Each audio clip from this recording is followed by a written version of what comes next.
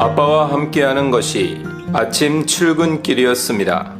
요즘 아내와 우리 사이 대화의 가장 큰 주제는 이제 우리와 함께 머물 시간이 얼마 남지 않은 딸 아이 이야기입니다.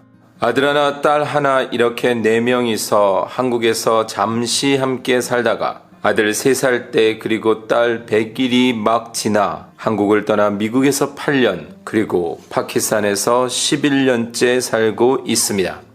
아들은 파키스탄 7년 차이던 2016년도에 이곳에서 고등학교를 졸업하고 한국에서 대학을 다니기 위해 이곳을 떠나 현재 대학 3학년으로 한국에 있고 딸아이도 2달도 채 못 남은 기간이 지나면 대학을 가기 위해 우리 곁을 떠날 것입니다. 한 번은 자녀 3명을 다 키우시고 출가까지 시키시고 이젠 손주까지 두고 계신 한 존경하는 장로님이 말씀하시길, 목사님, 자식은 곁에 있을 때 자식입니다. 떠나면 이제 내 자식 아니다 하셔야 합니다. 라고 말씀하셨습니다. 그 말씀의 의미를 다는 몰라도 조금은 알 수 있기에 아들과 끝까지 살가운 시간 못 보낸 우리로서는 딸아이와 보내는 시간이 하루하루 마냥 아쉽기만 했습니다. 바로 그런 대화를 나누며 자동차를 타고 도로를 달리고 있었습니다. 그러다 문득 차 창문 너머 제 눈안으로 우리 학교 교복을 입은 어린 학생들이 눈에 들어왔습니다. 종종 도로를 달리다 보면 아빠의 오토바이를 타고서 학교를 등교하는 학생들을 보기 때문에 그냥 지나칠 수도 있는 일이었습니다. 그런데 오늘은 좀 장면이 달랐습니다. 제 차가 그 아이들에게 다가서면서 아이들이 보통 타는 아빠나 오빠의 오토바이가 아닌 아빠로 보이는 사람의 자전거를 타고 있는 모습이 보였기 때문입니다. 그것도 유치원생으로 보이는 작은 여자아이는 자전거 앞에 타고 한 2학년 정도로 보이는 조금 큰 여자아이는 자전거 뒤에 타고 있었습니다.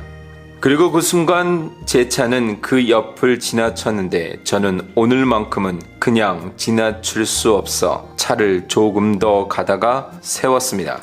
그리고 잠시 기다리니 허름한 자전거 한 대가 다가왔습니다. 역시 아빠였는지 자녀들이 다니는 학교의 학교장인 저를 알아보았습니다. 그리고 그 아빠 앞에 타고 있는 작은 여자아이도 저를 보고는 환하게 웃었습니다. 그래서 전 기쁜 마음으로 그 아빠에게 우리가 딸 아이들을 데리고 학교로 가겠다고 했습니다. 아빠는 고마워하며 이미 멈춘 자전거에서 작은 딸 아이를 내려놓았고 저는 그리 여유 있는 아침 출근 시간이 아니라 이미 차 뒷문을 열어놓은 상태였습니다. 그런데 뜻밖의 상황이 펼쳐졌습니다. 아빠에 의해서 먼저 내린 작은 아이가 자지러지게 울며 아빠에게 매달리는 것이었습니다. 마치 아빠와 생이별을 하며 유괴범에게 팔려가는 아이처럼 말입니다. 아무리 가난한 현지인들이라도 대부분이 가지고 있는 오토바이를 타고 온 것도 아니고 그 아이들이 타고 온 것은 허름한 자전거였습니다. 고속도로는 아니지만 편도 3차선이 넘는 대로에서 한쪽 편을 의지해 자전거로 달리는 것은 그리 안전하지 않은 것도 분명했습니다. 물론 제 차가 벤츠나 BMW는 아니어도 이 아이 평생 타보지도 못했을 승용차인데 말입니다. 전 순간 그 대로변에서 당황했습니다.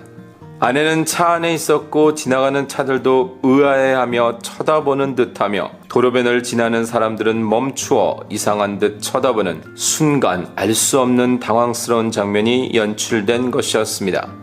전 일단 상황을 수습해야 했기에 일단 아이 아빠에게 알았다, 난 갈 테니 조심해서 아이들을 학교까지 데리고 오라고 하고서 급히 차를 타고서 학교로 오는 길에 상황을 다시 정리해 보았습니다. 그리고 순간 마음이 뭉클했습니다. 전 아내에게 그 짧은 순간 차 밖에서 있었던 이야기들을 설명하며 대답도 기대하지 않는 질문들을 던지기 시작했습니다. 그래 여보, 바로 그것이 아닐까? 저 아이는 학교장이 탄 승용차보다 저 허름한 자전거가 뭐가 더 좋을까? 저 아이에게는 허름한 옷의 아빠와 함께 있는 순간이 좋은 옷에 좋은 차를 탄 나보다 좋은 것이 아닐까? 우리에게도 우리 딸이 그저 아빠, 엄마면 최고였던 때가 있었지.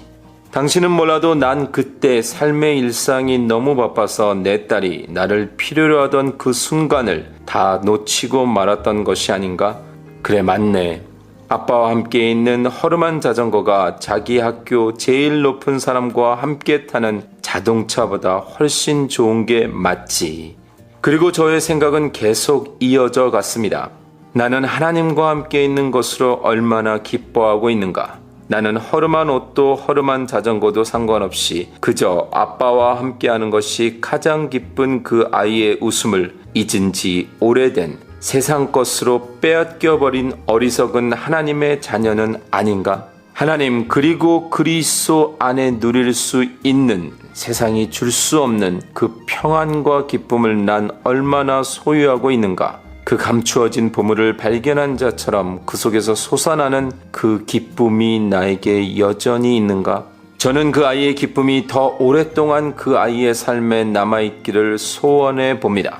그 순수하고 깨끗한 마음이 세상의 비교와 열등감에 묻혀서 아빠의 존재보다는 아빠의 소유에 고정되지 않기를 소원해 봅니다. 아빠는 보이지 않고 자전거보다 더 좋은 오토바이, 아니 승용차가 보이고 아빠의 허름한 옷보다 더 값이 나가는 옷을 입은 사람들에게 시선이 빼앗기지 않았으면 좋겠습니다. 나중에 한 사실이지만 공장에서 허드렛 일을 하는 그 아빠는 자전거 뒤에 탄 아이가 이제 막 3학년이 되었다고 하니 벌써 4년이 넘도록 그 자전거로 어린 딸 아이들을 등교를 시켜주고 있었던 것이었습니다. 정말 바라기는 그 아이들이 그 아빠의 사랑을 평생 간직하면서 살았으면 좋겠습니다. 그와 같이 저도 매일의 삶 속에서 하나님의 사랑, 그 측량할 수 없는 은혜를 감사하며 감격하며 그렇게 하나님과 함께하는 것이 가장 큰 기쁨이 되는 삶을 살다가 주님의 나라, 그 하나님의 나라에 가기를 소원하고 또 소원해 봅니다.